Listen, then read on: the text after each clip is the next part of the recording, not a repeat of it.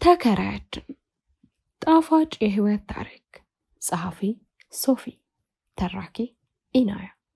ለቻናላችን አዲስ ከሆናችሁ ላይክ፣ ሼር፣ ሰብስክራይብ በማድረግ ስራዎቻችን ያበረታቱ።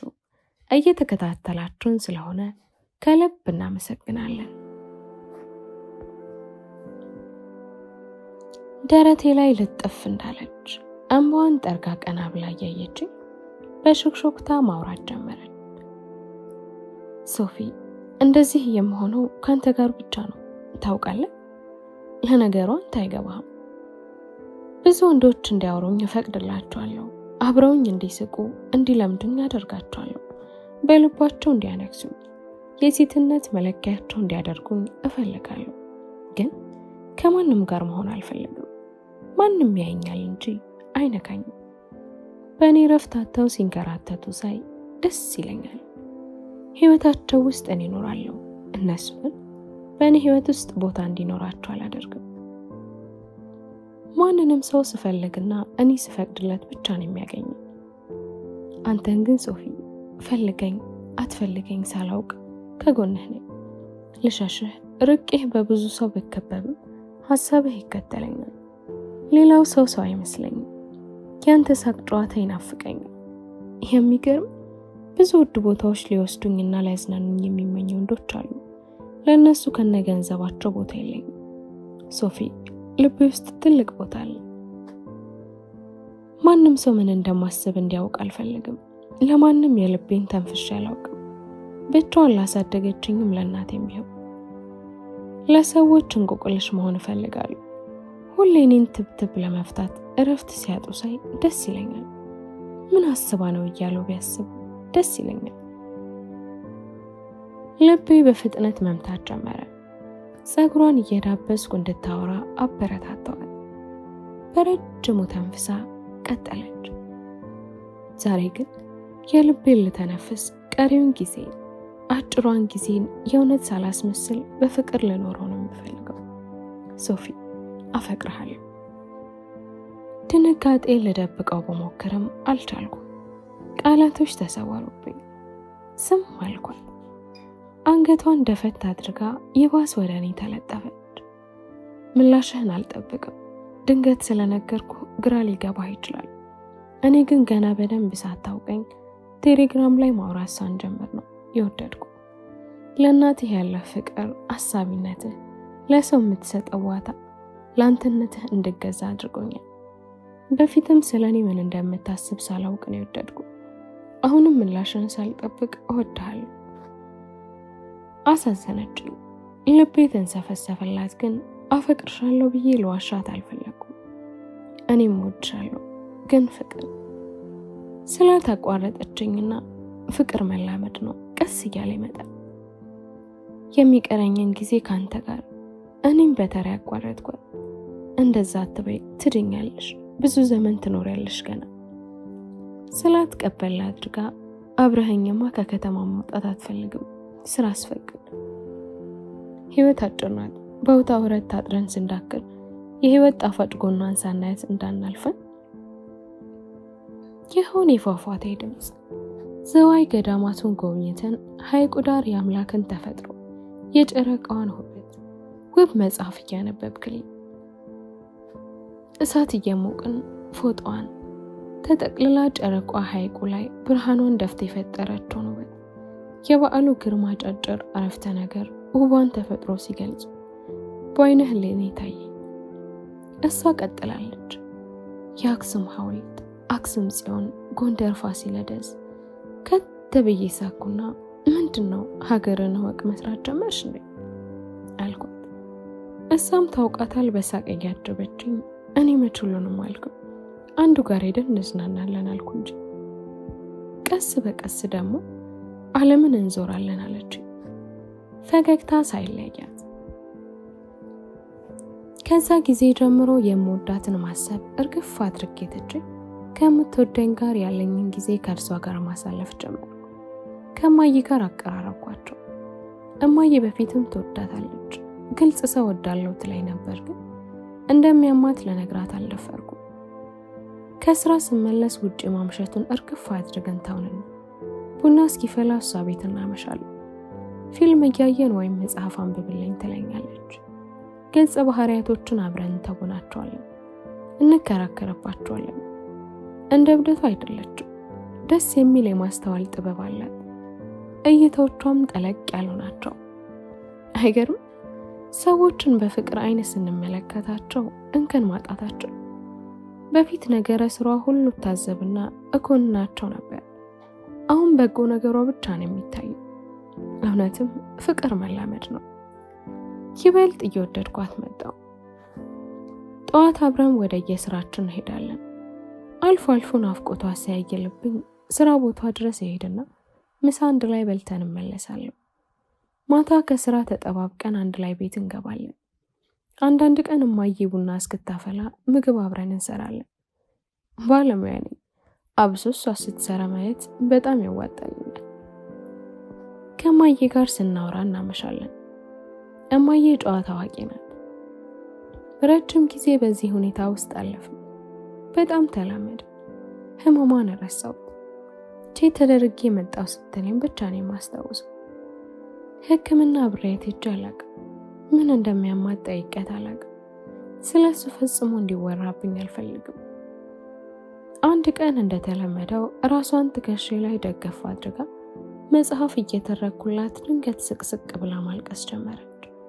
የመጽሐፉ ታሪክ ፍጹም የማያስለቅስ ስለሆነ ግራ በመጋባት ምን እንደሆነች ጠየቅኳት።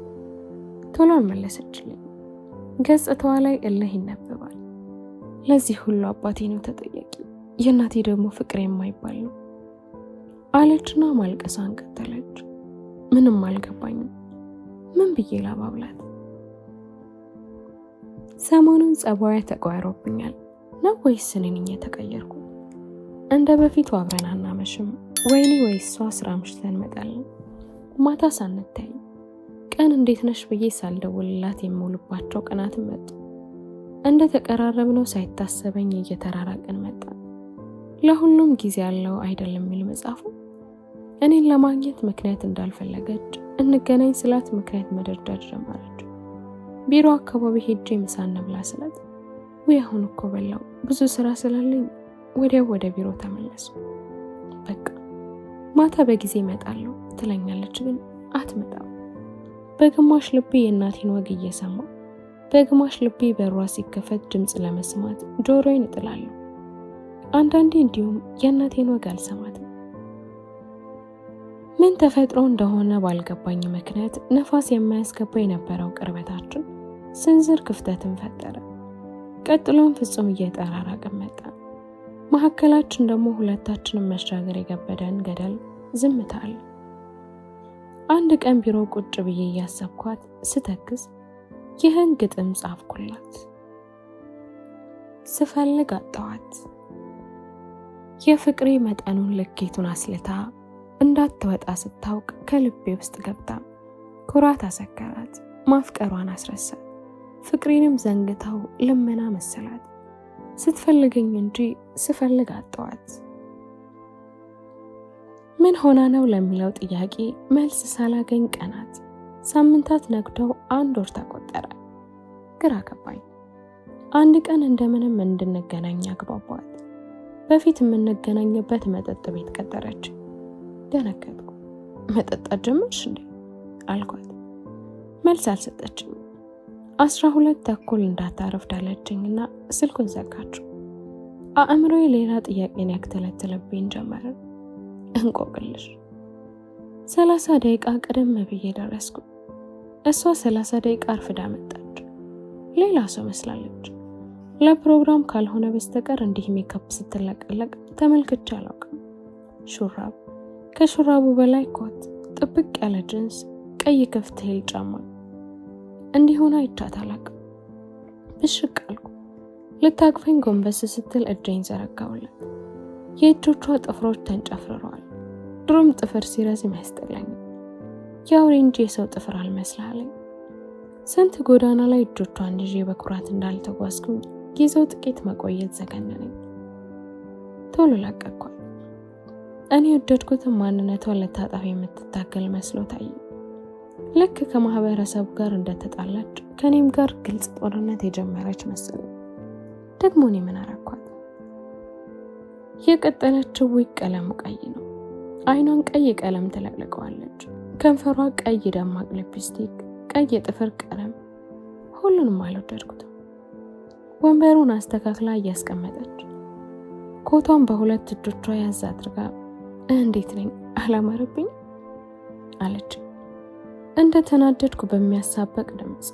በእውነት በጣም ምንም አላማረብሽ። የህፃናት የስዕል ደብተር መስለሻል። ምንድነው የተለቀለቅሽ? መልክሽ ምናምን ተነጫነጭ። በሌላ አድራጊነት ተመለከተች። ምን ልጠይቃት እንደቀጠርኳት እንኳን ጠፋብኝ። ምን ሆነሽ? ምን ሆንኩ?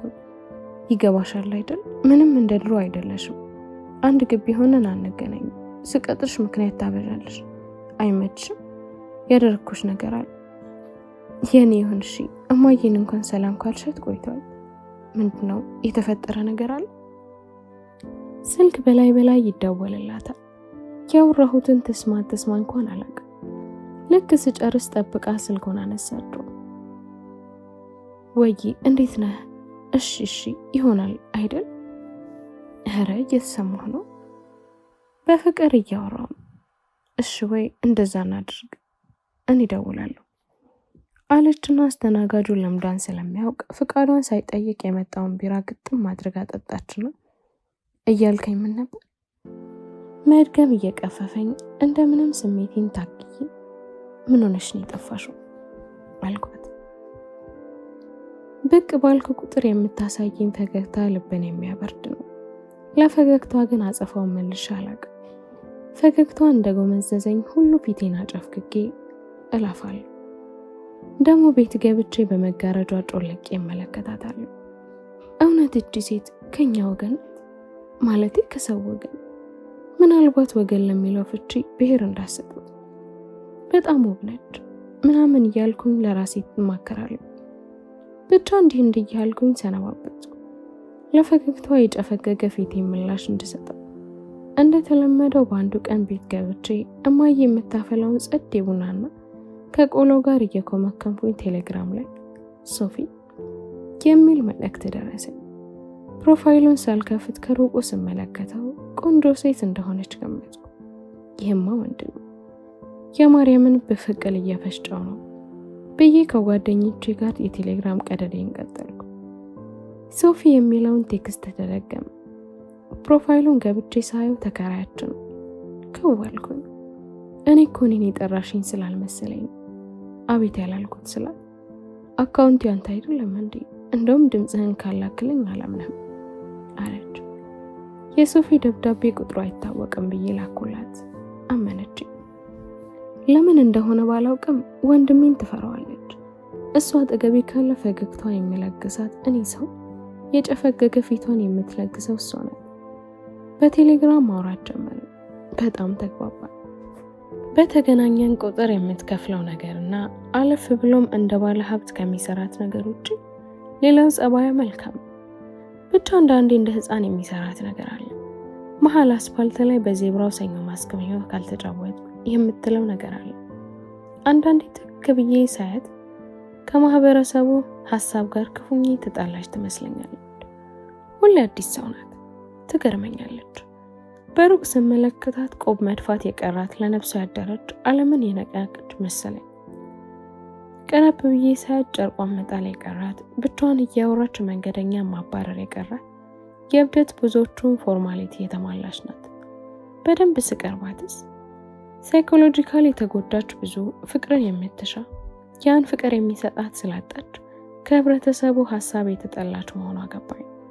አመጿንም የምትገልጸው ባለባበሷ፣ በፀጉሯ መስተያየት፣ በምታደርገው ሁሉ ነው። ህብረተሰቡ ስርዓት የሚላቸው በመጣስ ነው። እሷም ባገኘን ቁጥር መሳቀቅ ጀመረ። እንዲሆነሽ ከኛ ግቢ ወጣሽ እማዬ አየችሽ ሲላት ፀጉሯን ግማሹን በርገንዲ ተቀብታው ግማሹን ምንም ሳታስነካው ትመጣለች። ምን ነው ቀለም አለቀባቸው እላታለሁ። ስቃ ታልፋለች። ቀይ ገላዋን ጥቂት ለብስ ብቻ ጣል አድርጋበት ትቀመጣለች። በድንጋጤ አይኖቼ እንደፈጠጡ ኮቴን አውልቄ እሰጣታለሁ። ለማንም ግድ አይሰጣትም። ተዋቸው፣ ስታጠፋ ብቻ የሚያይ ህዝብ ስትቸገር ትዝ የማይለው ልክ ስታጠፋ ለመሳደብ ግር ይላል ትለኛለች።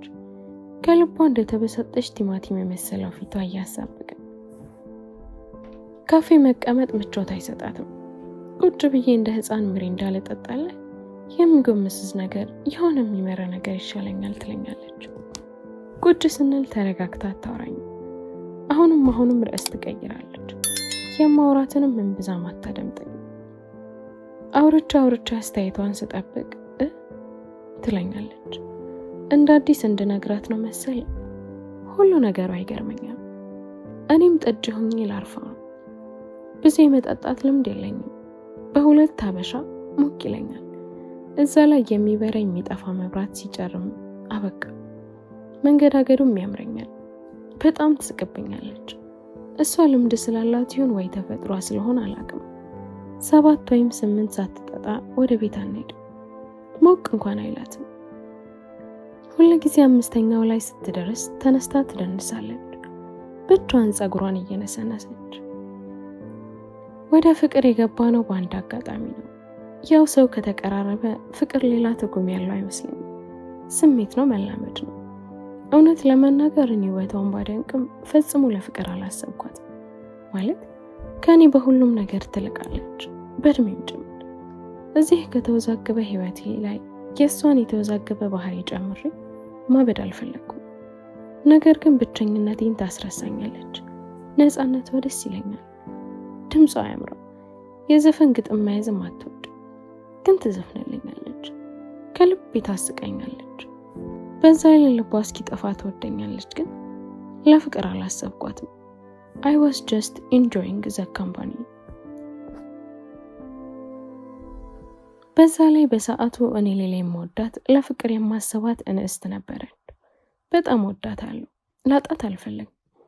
በሁለት ልብ ማንበብ ጀመርኩ፣ እኔም በምትወደኝና እኔ በምወዳት መካከል።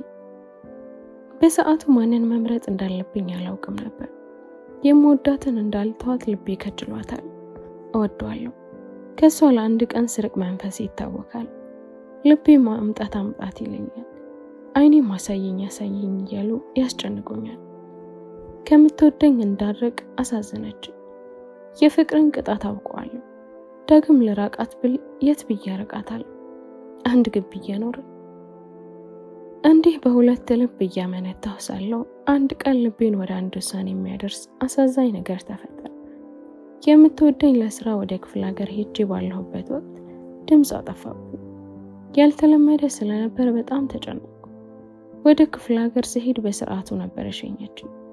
ለ3 ቀናት ያህል ስልኳን ብቀጠቅጥም ሊሰራ አልቻለም። በ4ኛው ቀን እናቴን በወሬ መሃል ጠየኳት። መታመሟንና ሐኪም ቤት ትላንት እንደተመለሰች አጫወተችኝ።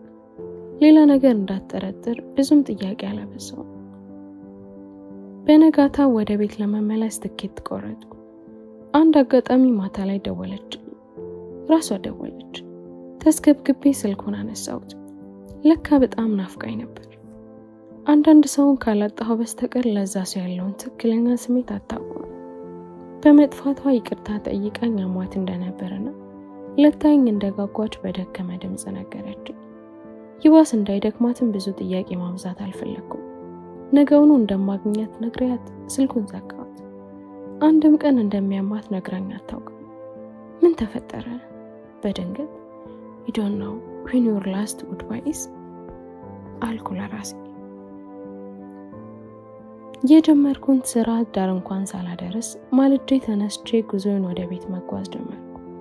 ረዘም ያለ ጉዞ ስለሆነ እንደቀደም ጊዜ እንደማደርገው በመስኮት በኩል ተቀምጬ ቀና ስል የተፈጥሮን ውበት እየተመሰጥኩ፣ ጎንበስ ስል ስለ ህይወት የሚያወጋውን የበዓሉ ግርማን ደራሲው የተሰኘውን መጽሐፍ እያጣጣምኩ መንገዱን በአማረ ሁኔታ ተጓዝኩ። ብቻ ጭንቅላቴ ምን ሆና ይሆን ምንድነው የመማት እያለ በመሃል በጥያቄ ያጣድፈኛል። ሐሳቡን መልስ ስለማላገኝነት ችላለዋለሁ። አመሻሽ ላይ አዲስ አበባ ገባሁ። ብዙም ዕቃ ስላልኩ ጠደፍ ብዬ ታክሲ ያዝኩ። ቅርብ የነበረው ቤት ራቀብኝ። የማያልቅ መንገድ፣ ማብቂያ የሌለው ጉዞ መሰለኝ። ቤት ደርሼ የምትወደውን እስካይ ጓጉቻለሁ። የጥያቄ ማዕድ ድንገተኛ አደጋ አጋጥሟት ይሆን? እማዬ ደግሞ እንደዛ አላለችኝ። እሺ ምን ሆነ? ምንድነው? መድረስ ሲፈልጉ መንገዱ የሚርቀው እያልኩኝ ስነጫነጭ ሰፈር ደረስን። የሰፈር ሰዎች ሰላም ነው? ፈጣሪ ይመስገን እያልኩኝ ለሰላምታ እንዳያቆሙኝ ጎንበስ እያልኩ እጅ እያነሳው ወደ ቤት ተንደረደርኩ። የግቢ በር ቁልፍ ስላለኝ ሰተት ብዬ ገባሁ። ቅድሚያ ወደ ተከራያችን የምትወደኝ ወደ እርሷ ቤት ምንም ሳላንኳኳ ገባሁ። ከዛ ቀደም አንድም ቀን ቤቷ ገብቼ አላውቅም። እንዲሁ ልፍ ስላየዋለሁ እንጂ። ጋቢ ለብሳ ሶፋው ላይ ጋደም ብላ ስልኳን እየነካካች ነበር። ድንግጥ አለ። እኔ መሆኔን ስታውቅ ስልኳን ወርብራ ለመነሳት ስትል እዛው ሆኜ ያልኳትና ሄጄ አቀፍኳት።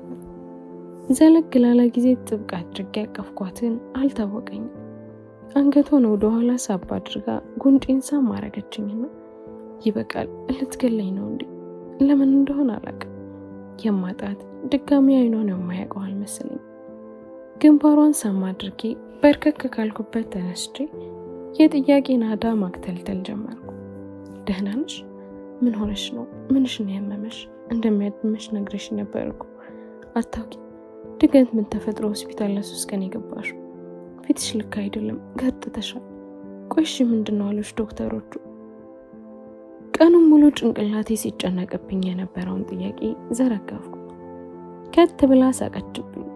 ኧረ በፈጣሪ ምንድነው የሁሉ ጥያቄ? ትንፋሽ ውሰድ እንጂ። ደግሞ ዛሬ ስለ ህመሜ ምንም ላወራ አልፈልግም። አንተም ከመንገድ ነው የመጣኸው፣ እናትም ደጅ ደጅ ሲያዩ ነው። ሂድ ሰላም በላቸው፣ ናፍቃቸዋል። አሁን ግን እንዴት ነሽ? እሺ ያልኳት አይኗን እያየሁ አሁንማ በደንብ አገገምኩ፣ ተመስገን። እድሜ ለእናትህ አጥሚት። ምግቡን በላይ ሲልኮልኝ ነበር። ከሆንሽ መልካም ሴት ነሽ፣ አንቺም ማረፍ በይ። በጥያቄ አላድርቅሽ፣ በቃ ነገ ውጪ እንገናኛለን፣ ሰላም አደሪ። ግንባሯን ሳም አድርጌ ተወጣሁ። ቅድሚያ እናቴን ገብቼ ባለማየቴ ራሴን ታዘብኩ። እማ እናቴ እያልኩኝ ሳሎን ስገባ ጭር ብሏል። ልጅቷ ብቻ ነው ያለችው። ሰላምታ ከሰጧት በኋላ እማዬ ስላት መኝታ ቤት እንደሆነች አሳወቀችኝ። ከፍቼ ስገባ እናቴ ጸሎት እያደረገች ነበር። ዞር ብላ ጠቆመች። ምንም ሳልናገር ሄጄ ጋደም አልኩና ጸሎት እስኪጨርስ ጣራውን እያየው ተጠባበቅኳት። ጸሎቷንም ስትጨርስ ሶፊ ወርቅ መጣልኝ አለችና ግንባሬን ሳም አድርጋ አቀፈችኝ። ዛሬ እንደምትመጣ ለምን አልነገርከኝም ብላ የጸሎት መጽሐፉን አሳለመችኝ። እኔም እንደማመጣ አላወኩም ነበር አልኳት። አይኔን ከአይኗ እያሻሸሁ ሰዋሽ አይኔን መርምራ የምታውቅብኝ ይመስለኛል። የሄድክበት ስራ ተሳካ አለችኝ። አዎ ተሳክቷል አልኳት። ልጅቷ ቡና እንድታቀራረብ ንገራት፣ እንኳን መጣ ቤቱ ጭር ብሏል አለችኝ። መጠጣት ባልፈልግም እሺ አልኳት። እራት በልተን ቡና ጠጥተን የተለመደው አይነት አለማመዴ ደስ የሚል ጨዋታ ከድሮ ታሪክ ጋር እያነሳን ስናውጋ ቆይተን ወደ መኝታ ሄድን። ደክሞኝ ስለነበር ወዲያው ነው እንቅልፍ ወሰደኝ። ጠዋት ማለዳ ተነሳው። የምትወደኝ ጋር ደወልኩኝና በሩ እንድትከፍትልኝ ነገርኳት። ተነሳውና ቀስ ብዬ እማዬ እንዳልቀሰቀስ እየተጠነቀቅኩ ወደ ቤቷ ሄድኩ። ገርበብ አድርጋው ትታው ተመለሰ ሄዳ ተኝታለች። ሁለታችንም አንድ ነው። የጧት እንቅልፍ አይሆንልንም። ገብቼ ወደ አልጋዋ በርከክ ብዬ በጎ ማድሯን ጠይቄያት ረፋዱ ላይ ልንገናኝ ቀጠሮ ያዝን። እናም ተሰናብቻት ወጣሁ። ደረሰች። ሳነብ የረበነውን መጽሐፍ ገድኜ ሰዓቱን ተመለከትኩ። ከተቀጣጠርንበት 10 ደቂቃ ቀድማለች። እንደ ወትሮ መጠጥ ቤት አልተቀጣጠርንም። ካፌ ነበር የተገናኘነው። ረዘም ያለ ጥቁር ኮት፣ ጅንስ ሱሪ፣ ቡትስ ጫማ፣ የፀሐይ መነጽር። ህመሟ ውበቷል ሊጋርደው ሊደብቀው አልቻለም። ቁሜ ለሰላምታ ጠበቅኳት። ፈጠን ብላ መታ ተጠመጠመችብኝ። ለተመለከተን ረጅም ጊዜ ያልተያየን ጥንዶችን መስላለን። ወንበር ስቤ እንድትቀመጥ ጋበዝኳት። ፈገግ ብላ ሶፊዬ እንዳንተ የሚንከባከቡ ወንዶችን ያብዛልኝ አለች። ማለት ብዙ ወንዶች እንዲከባከቡሽ ነው የምትፈልጊው አልኩ። ቅናት ቢቴ እየቆነጠጠኝ። አስተናጋጁን ማኪያቶና ኬክ አዘዘችው። ወደ እኔ ዞራ ኬክ እንዴት እንደናፈቀኝ ብታውቃለች። በመገረም ኬክ እኮ ጣፋጭ ነው፣ ማኪያቶም ስኳር። አቋረጠችኝና እኔ ጣፋጭ አይወድልኝም ያለህ ማን ነው? አይ ከኔ ጋር ሁሌ ሶፊ፣ እኔ እናንተ እኮ ሲመሽ ነው የምንገናኘው፣ ማታ ማታ ደግሞ መጠጣት ነው የምፈልገው አለችኝ ረገጥ አድርጋ። ተረጋግታ ተቀመጠች። እንደ ቀደም ጊዜ መቅበጥበጥ አላየሁባትም። ከማን የምትሸሸው አልኳት። ጥያቄ ድንገት ስለነበር እንደመደንገጥ አለችና እረ ከማንም አለች። ሰው ብዙ ጊዜ አዘውትሮ የሚጠጣው ይሁን የሚሸሸው እውነት ሲኖር ነው። ከራስሽ ጋር ግን አውርተሽ ታውቂያለሽ? ማለት ሁሌም ሽሽሽ ላይ ያለሽ ነው የምትመስለው። ቀን በስራ ስትዳክሪ ታመሻለሽ፣ ማታ ዳንኪራ ቤት ነሽ። ምንድን ነው? አላውቅም፣ ብቻ ግን እንዲህ አልነበርኩም ብላ ዝም አለች። እሺ እሱን ሌላ ጊዜ ማውራት ስትፈልጊ ትነግሪኛለሽ። አሁን ምንድነው ድንገት ያመመሽ? ትከዝ ብላ ድንገት አይደለም ሁሌ ልነግርህ እያልኩ ትጨነቃለህ ብዬን የምተው። እኔም ህመሜን ካወቅኩኝ 1 ዓመት ሆነ። ብቻ አሁን ብሷል ስላሉኝና አሳሳቢ ደረጃ ላይ ስለሆነ ነው ልነግርህ ያሰንኩት አለች እንዳቀረቀረች። በጣም ተነገጥኩ። አመዴ ቡና አለ። አስተናጋጁ ያዘዘችውን ከፊቱ አስቀምጦ ሄደ። እሺ ምንድነው ንገረኝ አልኩ። ሶፊ፣ እዚህ ምድር ላይ ለትንሽ ጊዜ መጣው እንግዳ ነኝ አለች። ቀና ስል እያለቀሰች መሆኑን አስተዋልኩ። ሶፍት አንትቼ እየሰጠዋት ይህ ምን ማለት ነው? ምንድነው የምታወሪው? ሁላችንም እንግዳ አይደለን አልኩ በድንጋጤ እየተርበተበተ።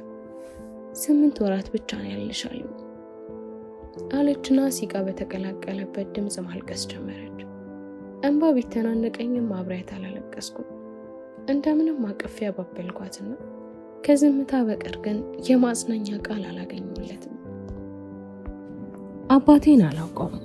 በልጅነቴ እኔና እናቴን ጥሎ እንደጠፋ እናቴ ነግራኛለች። የምጠራው በእናቴ አባት ስም ነው። የኔም የእናቴም አባት አንድ ነው። እንደውም አንዳንድ ሰው እህቴ እንጂ እናቴ አትመስላቸው። ፊቷን ጫን ብላ እንባዋን በእልህ ጠረገችው። ወደ ገጿ ልመለከት አልደፈርኩ። ሰው ሲያለቅስ ማበበል አልችልም። ይጨንቀኛል፣ እረበሻለሁ። እሷ ሆናብኝ ነው እንጂ ብሸሽ ሁላ ደስ ይለኛል። በትዝታ ወደ ኋላ እየተጓዘች ትመስላለች። አይኖቿ ብዙዘዋል። እዚህ የሚመለከቱ አይመስሉም። በጥልቅ ጓዘን ታሪኳን መናገር ቀጠለች። የእናቴ ቤተሰቦች ገንዘብ ያላቸው ስለነበሩ ገንዘብን ብዛም አልተቸገርም። እኔን ለማሳደግም ብዙ ውጣ ውረድ አላየችም። ኃላፊነት አልነበረባትም። ሌሎች ስለተወጡላት ነፍስ እስካውቅ ድረስ የአባቴ ያለመኖር አላሳሰበኝም ነበር። እያደግኩ ስመጣ ግን የማላውቀው አባቴ ናፈቀኝ። አንድ ቀን ሊያየኝ ይመጣል በሚል ተስፋ ብዙ ዓመታቶች አለፉ። የሚገርምህ 18 ዓመት ሲሞላኝ እኔው ራሴ ማፈላለግ ጀመርኩ። ነገር ግን ከእናቴም ሆነ ከእናቴ ቤተሰቦች ምንም አይነት ፍንጭ ማግኘት አልቻልኩም። ለምን እንደሆነ ባላውቅም እናቴ ስሙን እንኳን ልትነግረኝ ፍቃደኛ አልነበረችም። ስለርሱ ክፉን ከመንገር ግን አልቦዘነችም። ስለሱ ገና ሳነሳ አፋፌን ትለኛለች። የት ደረስሽ እንኳን ብሎ ጠይቆሽ ያውቃል ትለኛለች። ከልጅነቴ ጀምሮ አባትሽ የማይረባ ሰው ነበር እያለች ነው ያሳደገችኝ። ያሰብኩት ብትለኝም አባቴን ልጠላው አልቻልኩም። ትዳር ለሚባለው ነገር ግን ጥሩ አመለካከት የለኝም። አባቴን መፈለጉ ተስፋ አስቆረጠኝ። ዩኒቨርሲቲ ያለው የአባቴን ፍቅር ይተካልኛል ብዬ ያሰብኩት ፍቅረኛ መያዝ ነበር። እኔም እንደሌላው ሰው የተረጋጋ ህይወት እንድኖር እመኝ ነበር። የእናቴን ስህተት ላለመድገም እፈልግ ነበር፣ ግን አልሆነም። ሁለታችንም ልጆች ስለነበርን ልቦቻችንን አጥስለን ተለያየን። ከዛ በኋላ ነው አባቴን የጠላሁት። የእናቴ ህመም በጥቂቱም ቢሆን የተሰማኝ። ስለ ትዳር፣ ስለ ቤተሰብ፣ ስለ ማህበረሰብ ያለኝ አመለካከት እየጨለመ ሆነ። አየህ፣ የብዙ ታዳጊዎችና የብዙ ማህበረሰቦች መቃወስ ዓላማ የሌለው ትውልድ መፍጠር ለራሱ፣ ለቤተሰቡ፣ ለማህበረሰቡና ለሀገሩ ፍቅር የሌለው ትውልድ መፍጠሪያው ምንጩ ትዳር ነው። በሙሉ መጥፎ ነው እያልኩ አይደለም። ሁለት ያልተግባቡ ሰዎች ናቸው ግራ የገባው ትውልድ የሚፈጥሩት ልልህ ፈልጌ ነው።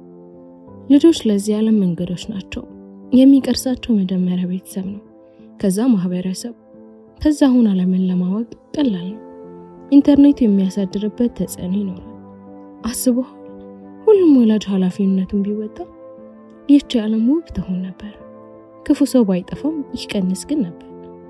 ሁሉም ወላጅ ኃላፊነቱን ቢወጣ በየጎዳናው የምናያቸው ህፃናት በጥሩ ሁኔታ ተቀርጸው ያድጉ ነበር። ሁሉም ወላጅ ኃላፊነቱን ቢወጣ እንደኔ አይነት ግራ የገባው ፍቅር ያጣ ትውልድ ይቀንስ ነበር። ሁሉም ወላጅ። እንቦቿ ተንጠባጠቡ። ሳግ ንግግሯን አቋረጣት። ምንም አውርቼ ላጽዳናት አልሞከርኩም። አውርታ ይውጣላት ብዬ ዝም አልኳት። እንደምንም ብላ ንግግሯን ቀጠለች። ተመርቀን እስክንጣ የህይወቴ ፍጹም መልክ ተለወጠ። ሌላ ሰው ሆንኩ። ንጹህ ልቤን በማግደፍ ተጠመድኩኝ። ተበዳይ ነኝ ብሎ ሲያላዝን የነበረ ልቤ ብዙ ወደድኩሽ ባዮችን በደለ፣ አቆሰለ። የምኖርለት ዓለም የሌለኝ ራዕይ የሌለ ሰው ሆንኩ። ጊዜያዊ ደስታ ብቻ ማሯራት ጀመርኩ። ያሳቃል፣ ይጨፈራል፣ ጨዋታ አለበት በተባልኩበት ቦታ ሁሉ እሄዳለሁ። ገሃነምም ቢሆን አይጨንቀኝም። በየመሽታ ቤቶች ታዋቂ ሆንኩ። የመጠጥ ሱስ ውስጥ ተዘፈቅኩ። እንደምንም ትምህርቴን ጨረሱ። ቤተሰብ ስራ የምቀጠርበትን መንገድ አመቻቸልኝ። ወር እንኳን አልተቀመጥኩም። ግን ሁሉም ነገር ይሰለቻል። ለምንድን ነው የምኖረው የሚለው ጥያቄ መልስ ማጣት ከባድ ነው። በዚህ በሚያበሳጭ ህይወት ላይ እናቴ እንደ እናት ችግር ልትሰማኝ ጊዜ አልነበራትም። ከሷ በማይጠበቁ ድርጊቶች ተጠምዳ ነበር። በዛ እድሜዋ ወንድ ትቀያየር ነበር። ይባስ ብሎ የምታመጣቸው ወጣት ወንዶች እኔንም ያስቸግሩኝ ነበር። ከባድ ሱስ ውስጥ ገባች። ህይወቷ ማጨስ፣ መጠጣትና መቃም በሚባሉ አዳፍ ተሸፈኑ። እናቴ እናት አልሆናለችኝ፣ ቆሸሸችብኝ። በሷ እንደዚህ መሆን ሳይሆን እኔን እዚህ ምድር ላይ ለማምጣት ምክንያት በመሆኗ ጠላዋት። ጠምጬ ያስኳት። አብሬያት መኖር አስጠላኝ።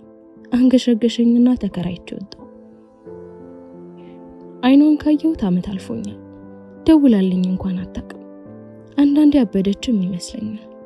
የእውነት ግን ጤነኛ ናት ብዬ ብቻዬን የተብሰለሰልኩባቸው ጊዜያት እልፍ ናቸው። አንደኛው ጥሎኝ የጠፋው አባቴ ይሸለኛል። እናቴ እያለች አልነበረችም አለችና ዝም አለች። እኔም ዝም አልኳት። ቃላት ስሜትን ይገልጻል ብዬ አላምንም። ልፍስፍስ ነው። ዝምታ ግን ይሻላል። ብቻዬን መብሰልሰል ጀመርኩ። አሁን እቺ ሴት ልጅ እንደዚህ ነች እያለን እንፈርዳለን እንጂ ምን ሆነ ይሆን ብለን ጠይቀን እናውቃለን? በገፋችን መጠን እንገፋታለን። እሳትነቷን እናራግበዋለን። ይህን ሁሉ ያሳለፈች ሰው አትመስልም። ከልብ ያዘንኩላት፣ ላርቃት፣ ልንከባከባት ለራሴ ቃል ገባው። ከሐሳቤ የእናቴ ጥሪ ያባነነችኝ። ሶፊ፣ እናንተ ልጆች ዛሬ ምነው ድምጻችሁ ጠፋ? ደሞ እንቅልፍ የለም እያለች እናቴ ገርበብ ያለውን በር ከፍታ ገባች። የምወዳት ግን ደገፍ እንዳለች እንቅልፍ ወስዷት ነበር። ወይ ተኝታለች እንዴ? እናቴ በሐዘኔታ እያየቻት፣ አሁንማ እኔም አላየኋትም ነበር አልኩና ቀሰቀስኳት። ነቃች። እናቴን ስታይ ፈገግ አለች። ማሚ ደክሞኝ ጥዬው ተኛው አለች፣ አይኗን በአይነ ልቧ እየዳበሰች። ይህ ጥለውት ካልተኙ መች ይለቃል ብለሽ አለች እናቴ እየሳቀች። እኛም በፈገግታ አጨብናት። በይ ሰላም ደሪ፣ ቆልፊኛም እንውጣ አለች እናቴ ወደ በሩ እየተራመደች። ሞቅ ባለ ፈገግታ ሰላም ደሪ አልኩና እናቴን ተከተልኳት። በልቤ ዛሬ ሰላም እንቅልፍ ትተኛለሽ አልኩኝ። ምን እያልከኝ ነበር አለች ወደ እኔ እያየች። መድከም እየቀፈፈኝ እንደምንም ስሜቴን ታግዬ ምን ሆነሽ ነው የጠፋሽው አልኳት። ምንም አልሆንኩም፣ የጠፋሁበትን ምክንያት ደጋግሜ ነግሬህ የለ ስራ ነው አለችና ዝም ስትል ከእንግዲህ ምንም መጠየቅ ትርፉ ድካም መስሎ ተሰማኝ። አውቆ የትኛም ቢቀሰቅሱት አይሰማም። ምንም ልትነግረኝ እንዳልፈለገች ሁኔታዋ ይናገራል። ጨቀጨቅኩሽ አይደል አልኳት። መልስ አልሰጠችኝም። ከቢሬ ጎንጨት ብዬ ጥያት የመሄጃ ሐሳብ አብሰለስል ጀመር። አንዳንድ ሰዎች መሄጃ ያጣን ይመስላቸዋል። ከእናቴ ጋር እያወራው ባመሽ በስንት ጣዕሙ። የሚወዱኝን ጓደኞቼን ባገኝስ፣ ፊልም ባይ፣ መጽሐፍ ባነብ፣ ብዙ የምወዳቸው ነገሮች ማድረግ እየቻልኩ ከማይወደኝ ጋር ምን እሰራለሁ? ይቀየራሉ፣ ሰዎች ይቀየራሉ። ማንም ባለበት አይረጋም። አፈቀርኩህ ያለች የወደደችህ መስሏት ይሆናል። ግራ ገብቷት፣ ግራ ያጋባች። ታዲያ ስትፈልገኝ ብቻ ነው የምትነግረኝ። አልፈልግህም ተብሎ ሳይነገር የምን ሽሽት ነው? እናቴም ስልኩ አሁንም ይጠራል፣ ትቆያለች። እኔ ትቼ የመጣሁት ስራ አለ። በልቡ እሱን የሚያዋጣኝ አልኩ። ትጠብቀኛለች። ትንሽ እቆያለሁ አለችኝ። አስተናጋጁን ስጠራው ተው ስወጣ ከፍላለሁ አለችኝ። የዓለማየሁ ገላጋይን ሐሰተኛው በእውነት ስም የሚለውን መጽሐፍ ከጠረጴዛው ላይ ነሳውና ግርምት ባልተለየው ፈገግታ ሰላም እደሪ አልኳት። መልእክት እየጻፈች የስልኳ ስክሪን ላይ እንዳፈጠጠች ሰላም እደር አለችኝ። ደግሜ ላያት እንደማልፈልግ ልቤን እያስጠነቀቅኩት ጎንበስ ብዬ ጉንጯን ሰማረኩት። ይሁዳስ እንደዛ አይደል ያደረገው? ለድሮ ማንነቷ አሳልፎ ሰጠዋል። ማን ነው ምንን አሳልፎ ይሰጠው? እኔ ምን አደረግኩ? እሷ ናት የተቀየረችብኝ እያልኩ ራሴን ከውቀሳ ለማዳን መሯሯጥ ጀመርኩ። እኔንማ ገዳኛለች። የምወዳትን ትቼ ከእርሷ ጋር እንደሆንኩ ታውቃለች። የማልወዳቸውን ነገሮች ለእሷ ብዬ እንደማደርግ ታውቃለች። አታውቅም? ለእሷ ብዬ ያደረግኳቸውን ያ ሁሉ ነገሮች ምንም ናቸው ማለት ነው? ባዶ መና። እሺ እንዴት ነው እንደዛ ቀርባ አስለምዳኝ ብቻዬን የምችለው? ብዙ የኔ የምላቸው ነገሮች የእርሷ ስለሆኑ እርሷን ማጣት ማለት ራሴን ማጣት መስሎ ተሰማኝና ራሴን ጨምድዶ ያዘኝ። ሰው የሰጡትን ቦታ ካላወቀ ምን ይደረጋል? ቤት ስገባ እናቴን ሰላም ብቻ ብያት ትንሽ ራሴን እንዳመመኝና ማረፍ እንደምፈልግ ነግሬያት ወደ መኝታ ክፍሌ ገብቼ ሳስብ አደርኩ። በመጨረሻም የመጣልኝ ሐሳብ ራሴን በሳምንት ነገሮች መጥበቅ ነው። ከስራ በተጨማሪ ኦንላይን አጫጭር ትምህርቶች መማር ጀመርኩ። ሳልደውል እሷም ሳትደውልልኝ 3 ሳምንት ሞላ። በዛ ሳምንት እኔ ክፍለ ሀገር ለስራ ጉዳይ ሄድኩ። 1 ወር የሚያስቆይ ስለነበር ደስ አለኝ። ሄድኩኝ። ወሩን ሙሉ ያለምንም እረፍት አሳለፍኩ። ደውላልኝ አታውቅም። እኔም አልደወልኩላት። ልመለስ አካባቢ እናቴ ድንገት ስለ እርሷ ጠየቀችኝ። ስለ እርሷ አንስታብኝ ስለማታውቅ ግራ ተጋባሁ። ደውላለህ ታውቃለች ብላ ነበር የጠየቀችኝ። አዎማ ተደዋውለን ነበር። ምነው አዲስ ነገር አለ ብዬ ጠየኳት። ልቤ ፈራ እያለ አይ እንዲያው ነው አለችኝ። ድምጿ ላይ ግን የሆነ ነገር እንዳለ ተረዳው። ምንድነውማ አመማት እንዴ አልኩ ይበልጥ እየተጨነቅኩ። ኧረ እንዲያውም አለች። በጣም ትቀራረቡ ስለነበር ዝም መባባላቸው አሳስቦኝ ለዚህ መልስ ስለሌለኝ ዝም አልኩ። ሌላ ነገር ስናውጋ ቆይተን ተሰነባብተን ስልኩ ተዘጋ። ያልተዋጠልኝ ነገር አለ። 2 ቀን አይደለሽ ሲሄድ እደርስበታለሁ ብዬ ተጽናናሁ። ከ2 ቀን በኋላ ወደ ቤት ለመሄድ በሌሊት ነበር የተነሳው። እንደተለመደው በመስኮት በኩል ተቀምጬ ወቅቱ የአብይ ጾም በመሆኑ ሕማማት የሚል ዲያቆን ሄኖክ ኃይሌ የጻፈውን መንፈሳዊ መጽሐፍ የአምላካችን ሕማም በሚገርም ብዕር ስለተከተበ በፍጹም ተመዝጦ በዓይነ ሕሊና ተጎዤ ይሁዳ ሊሸጠው ሲያስማማ እንዴት አምላክህን አሳልፈህ ትሰጣለህ? እርሱ እኮ መምህርህ ነው እያልኩ እሞግታለሁ። በተመዝቶ እያነበብኩ ቆየሁ። ልደርስ አካባቢ እናቴ ደወለች። እየመጣው ነው አልኳት። ከ2 ቀን በፊት የነበረው ሁኔታ ሳስቦኝ መጽሐፉን ወደ ሻንጤ መልሼ መብሰልሰል ጀመርኩ። ከባሱ እንደወረድኩ ታክሲ ለመያዝ ስጣደፍ አንድ የሥራ ባልደረባዬ ክላስ አድርጎልኝ መኪናውን በእኔ አቅጣጫ ሲያቆም ተመለከተ። ጎንበስ ብሎ በመስኮቱ አጮልቆ እያየ ሶፊ ወደ ሰፈር ነህ አለኝ። አዎ አልኩት። እኔም አንገቴን በመስኮቱ አጮልቄ እኔም ወደዚያው ነኝና እንሄዳለን። ከፍቼ ገባ። እያወራን ቤት አካባቢ ስንደርስ አቆም። እንዲገባ ብለው ምናምን መንቢ ያለኝ ተሰናብቸው ለወሬ እየጓጓሁ ወደ ቤት ያመራ። የግቢውን በር አልፎ ወደ ውስጥ ስገባ ያየሁትን ማመን አቃተኝ። የተከራያችን ቤት በሰፊው ተከፍቷል። ውስጡም ባዶ ነው። እንደ ጨው ሐውልት ደርቄ ለደቂቃዎች ቆዩ። የሆነ ነገሬ ሲሰበር ተሰማኝ። ቅስሜ ይሆን? ሐሞቴ ፈሰሰ። ስለ እርሷ ምንም ማወቅ መስማትም አስጠላኝ። ምንም እንዳልተፈጠረ እናቴን እቅፍ አድርጌ ሳምኳትና ራት እየበላን ቡና ስንጠጣ መች ነው ሄደችው አልኳት። አልነገረችም እንዴ አለች እናቴ በግርምት። አዎም አልኳት። ከእንግዲህ የምዋሽበት ምንም ምክንያት የለም። ሁኔታዬን ስታይ እናቴም ሐዘን ገባት። እናቴ ጋር ልመለስ ነው ብላ የደወልኩለት ቀን ሄደችው።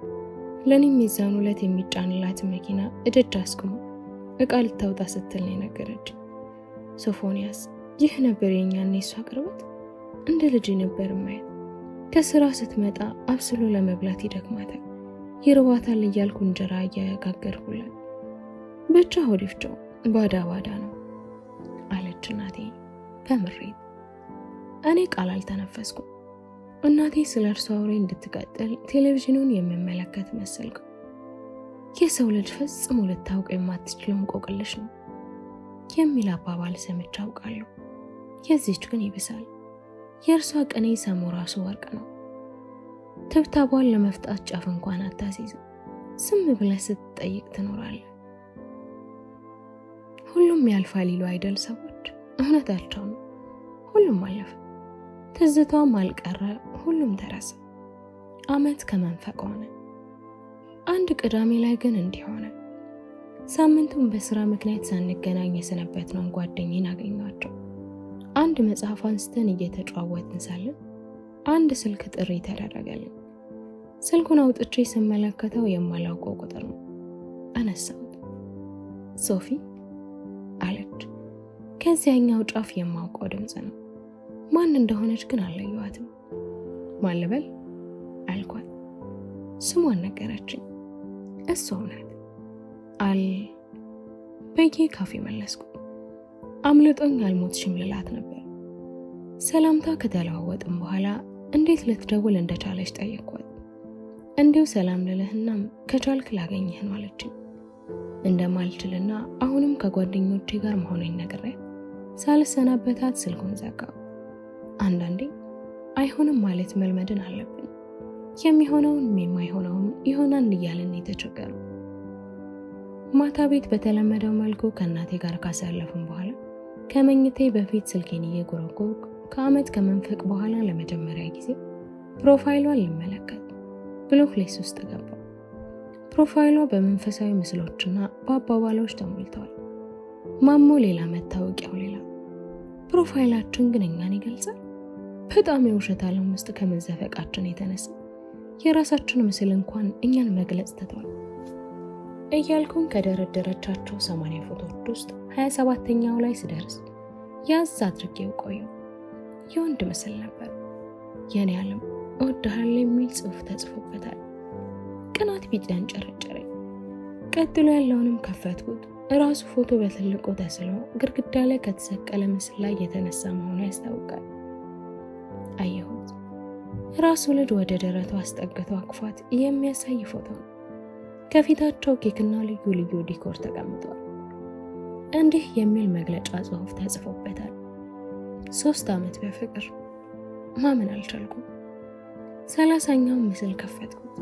አባባል መታመን ለራስ ነው ይላል። ቀጣፊ አልኩና ስልኩን አሽቀንጥሬ ወረወርኩት። ፍቅረኛ እያለሽ ነበር እኔን ያ ሁሉ ነገር ውስጥ የከተትሽ። ከሱም ጋር ከኔም ጋር ነበርሽ። ፍቅረኛ እያለሽ ነው ከኔ ጋር እንደዛ ስትሆኝ ነበር። እሺ ከነገርሽኝ ውስጥ የቱ ነበር እውነት? ሰውኔት በእንባ እየታጠበ ውሸት ይናገራል። እሞታለሁ ያልሽኝም ውሸት ነበር። አጠገቤ እንዳለች ሁሉ በንዴት ጦፌ ጥያቄዎቹን አክተለተልኩ። መልስ የሚሰጥ የለም። እንቆቅልሹን ጊዜ ፈታው። እንደ ራሷ ግራ የገባው አደረገች።